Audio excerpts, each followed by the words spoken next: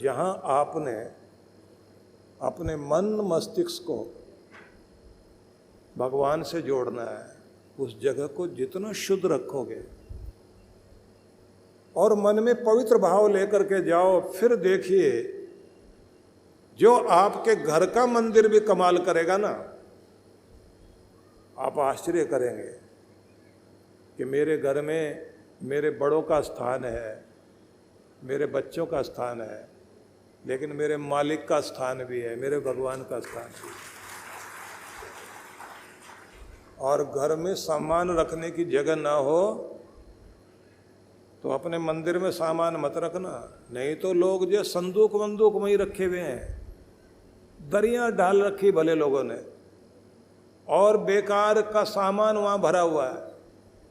और कुछ लोग तो इतने कमाल के होते हैं, स्टोर रूम में एक जगह भगवान को टांग देते हैं, भगवान की मूर्ति, और वहीं खड़े खड़े कहते हैं, भगवान आज जो मैंने लिस्ट दी है ना, डिमांड लिस्ट,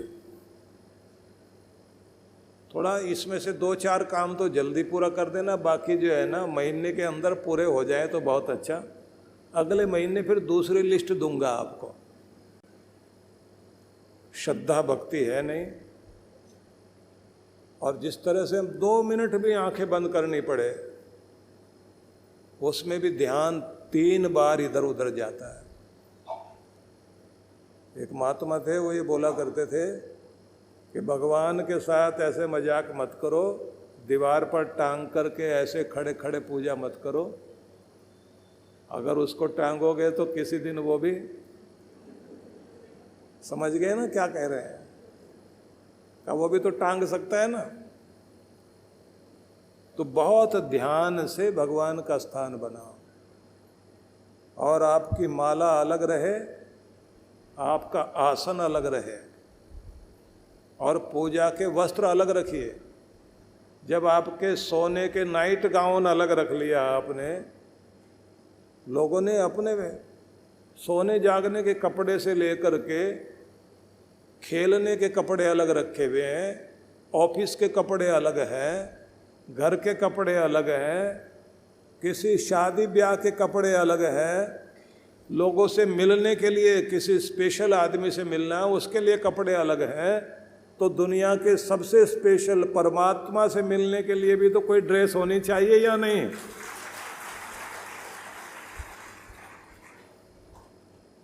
उससे ये पता लगता है कि आप तैयार होकर भगवान से मिलने जा रहे हैं, उसकी पूजा करने जा रहे हैं।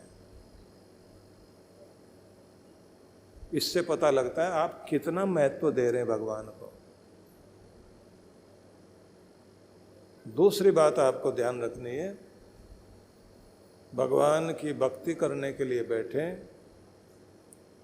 तो एक भक्ति का रूप तो हो गया बाह्य पूजा, मतलब भगवान को फूल चढ़ाए, तिलक विलक लगाया, मंत्र जाप किया, घंटे घड़ियाल बजा दिए, तो ये तो हो गई बाह्य पूजा। लेकिन इतने से बात नहीं बनेगी। इसके बाद अगली चीज आती है कि अपने सोर्स से कनेक्ट होना है। नाम जपते जपते जपते ऐसे खो जाइए भगवान में कि आपको अपनी सुध ना रहे कि आप कहाँ बैठे हैं। भले ही आधी माला ही जपी जाए, लेकिन आप एकाग्र होकर बैठे रहें, दुनिया को भुला दें।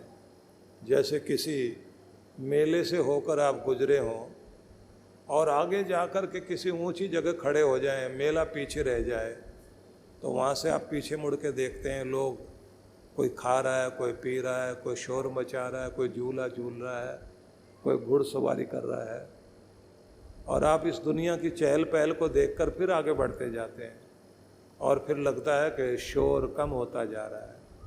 ऐसे ही आंखें बंद करके दुनिया का शोर कम करते जाओ, दिमाग को शांत करते जाओ, और जैसे किसी ऊंची जगह आप दूर कहीं चले जाएं, जहाँ जंगल है, पूरी शांति है, और आपको बहुत ताजगी महसूस हो रही है। ऐसे अपने मन को शांत करके ताजगी महसूस करो और उसमें खो जाओ। जैसे दुनिया आपके दिमाग से निकलेगी, दुनिया के मालिक परमात्मा की कृपा आपके अंदर आनी शुरू हो जाएगी। तब आप चार्ज होने शुरू होते हैं, और जब आप चार्ज होने शुरू होते हैं, आपकी बैटरी चार्ज हो रही है, तो क्या होगा उस समय? जिस चीज की ज्यादा कमी है वो आपकी चीजें ठीक होनी शुरू हो जाएंगी। डर, बहुत डरते हो तो ताकत मिलेगी निर्भयता की।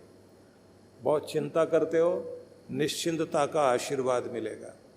बहुत निराश रहते हो तो आप होपफुल हो जाओगे, होपलेस नहीं रहोगे। आपको सफल होने के लिए शक्ति चाहिए, नया आइडिया चाहिए, नए अवसर चाहिए, तो भगवान वो देते हैं आपको। आपका कोई काम नहीं बन रहा, आपका मन की सुई किसी एक काम में अटकी रहती है ना, ये काम बन जाए, ये काम बन जाए, ये काम बन जाए, तो फिर रास्ते दिखाई देने लगते हैं, तो आप चार्ज होने लगते हैं। इसलिए पूजा भी करिए और भगवान से कनेक्ट होना भी सीखिए। तो एक काम तो ये करना है, बाह्य पूजा भी और आंतरिक पूजा भी, ध्यान भी और पूजा भी। ठीक है, समझ में आया? अब अगली बात सुनिए। अगली चीज है सत्संग और स्वाध्याय।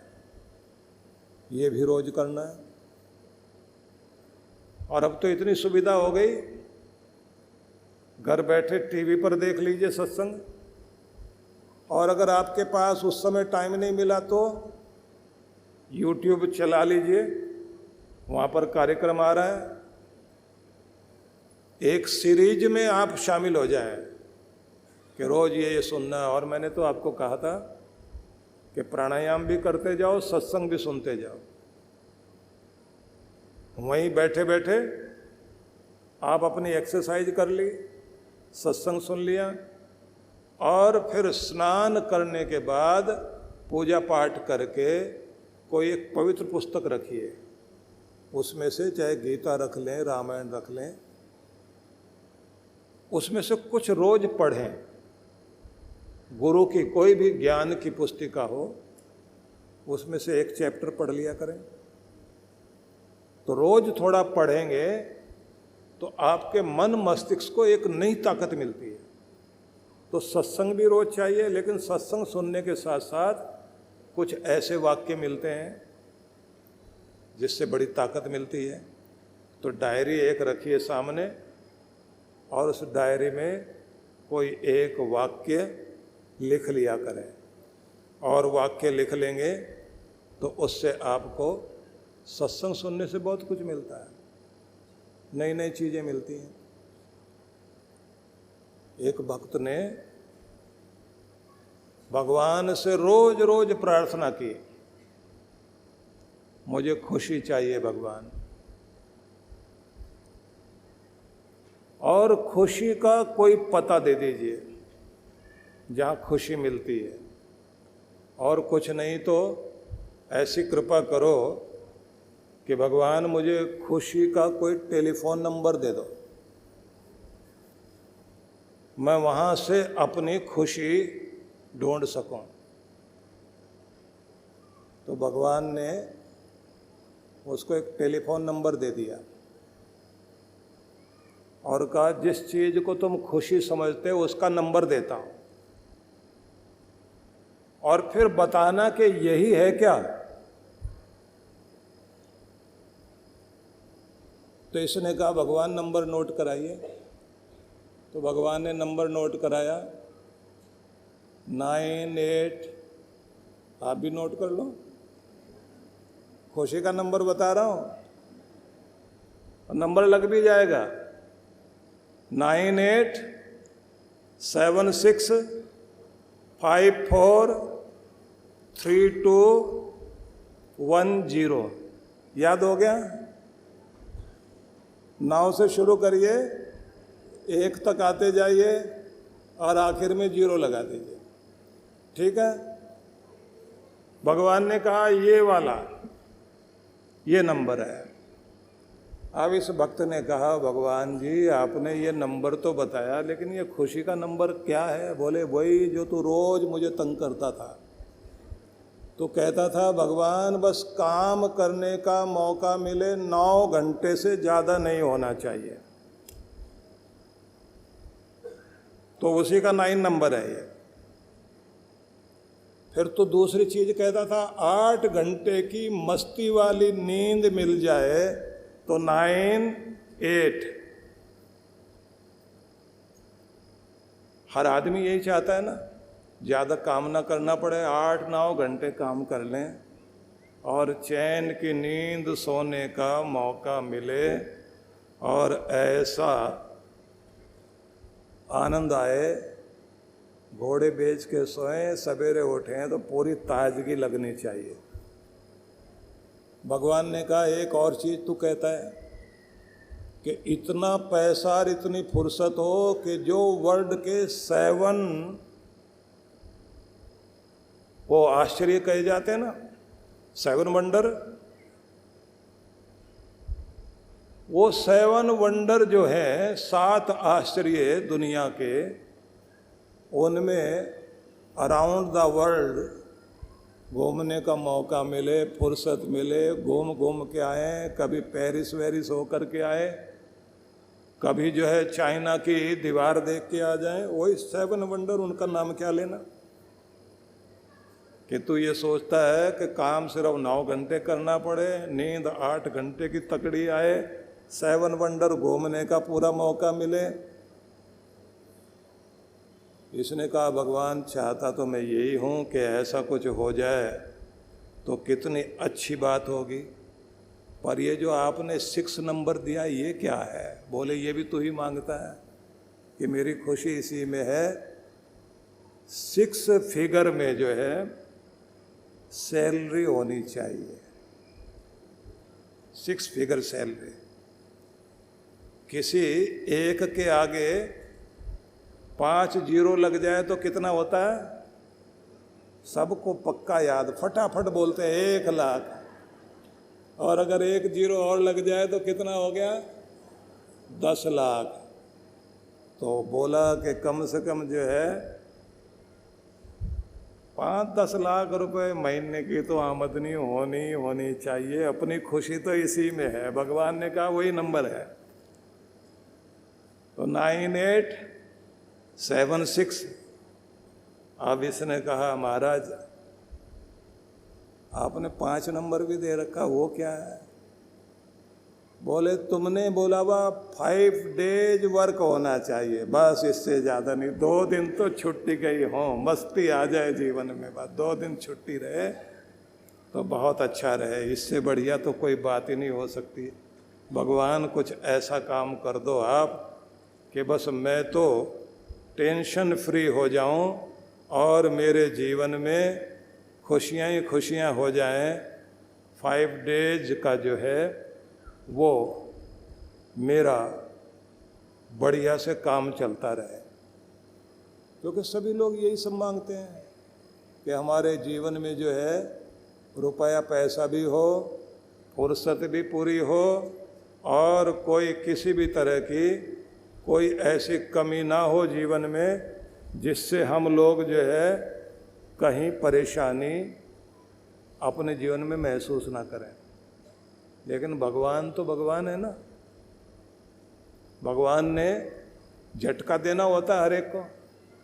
मांगते तो सब लोग यही सब चीज़ें हैं कि 5 दिन हमें काम करना पड़े, इससे ज़्यादा काम करने का मौका ही ना आए, क्योंकि हम काम से बहुत बचते हैं।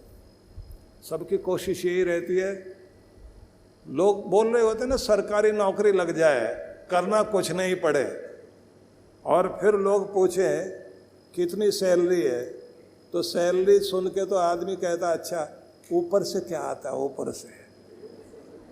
अब ये ऊपर से कोई भगवान दे रहा है वो नहीं, ऊपर से उनका मतलब होता है, समझ गए ना।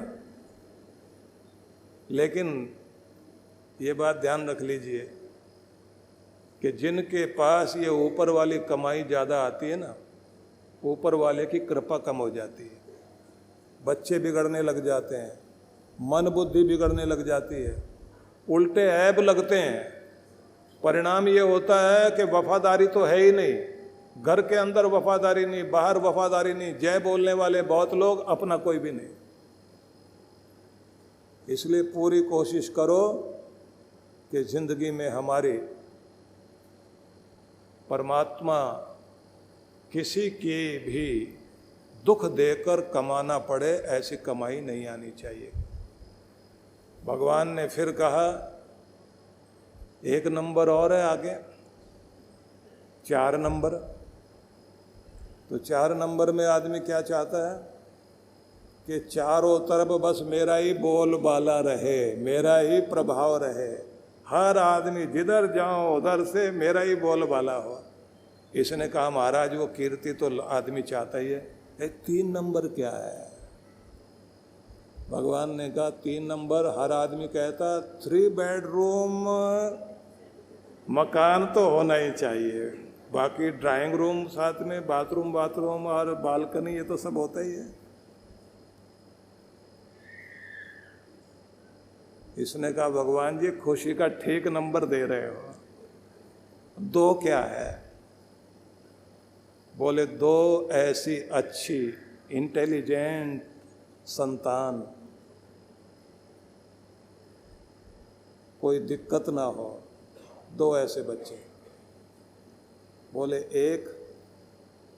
एक सुंदर समझदार जीवन साथी। इसने कहा भगवान आगे 0 भी लगा रखा आपने। बोले उस 0 का मतलब है नाम मात्र भी 0% भी चिंता ना रहे, बस ऐसी चीज मिल जाए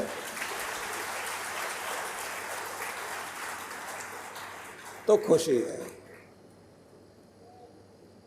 तो इसने कहा भगवान जी नंबर तो दे दिया, लेकिन ये होता कैसे पूरा है? खुशी का नंबर तो यही है।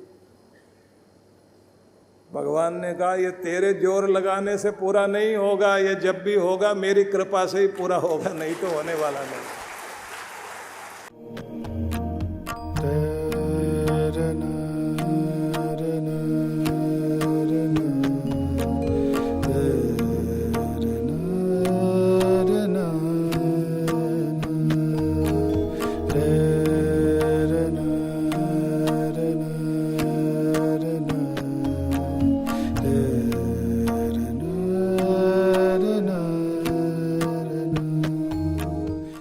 पूज्य सद्गुरुदेव सुधांशु जी महाराज के पावन सानिध्य में जीवन में सुख शांति एवं समृद्धि के सूत्र विराट भक्ति सत्संग कार्यक्रम की रूपरेखा 7 दिसंबर से 11 दिसंबर 2022। समय प्रातः 9 बजे से 11 बजे तक व सायं 5 बजे से 7 बजे तक। सत्संग स्थल MBMC क्रिकेट एकेडमी ग्राउंड, मेरी गोल्ड कॉम्प्लेक्स के पास पानी की टंकी, बेवर्ली पार्क, मीरा रोड, पूर्व ठाणे, महाराष्ट्र। विशेष सूचना 10 दिसंबर 2022 का कार्यक्रम वरदान लोक आश्रम में प्रातः 10 बजे से 12 बजे तक होगा। विशेष कार्यक्रम गुरु मंत्र एवं दीक्षा रविवार 11 दिसंबर 2022 दोपहर 12 बजे सत्संग स्थल पर। आयोजक विश्व जागृति मिशन मुंबई मंडल। संपर्क सूत्र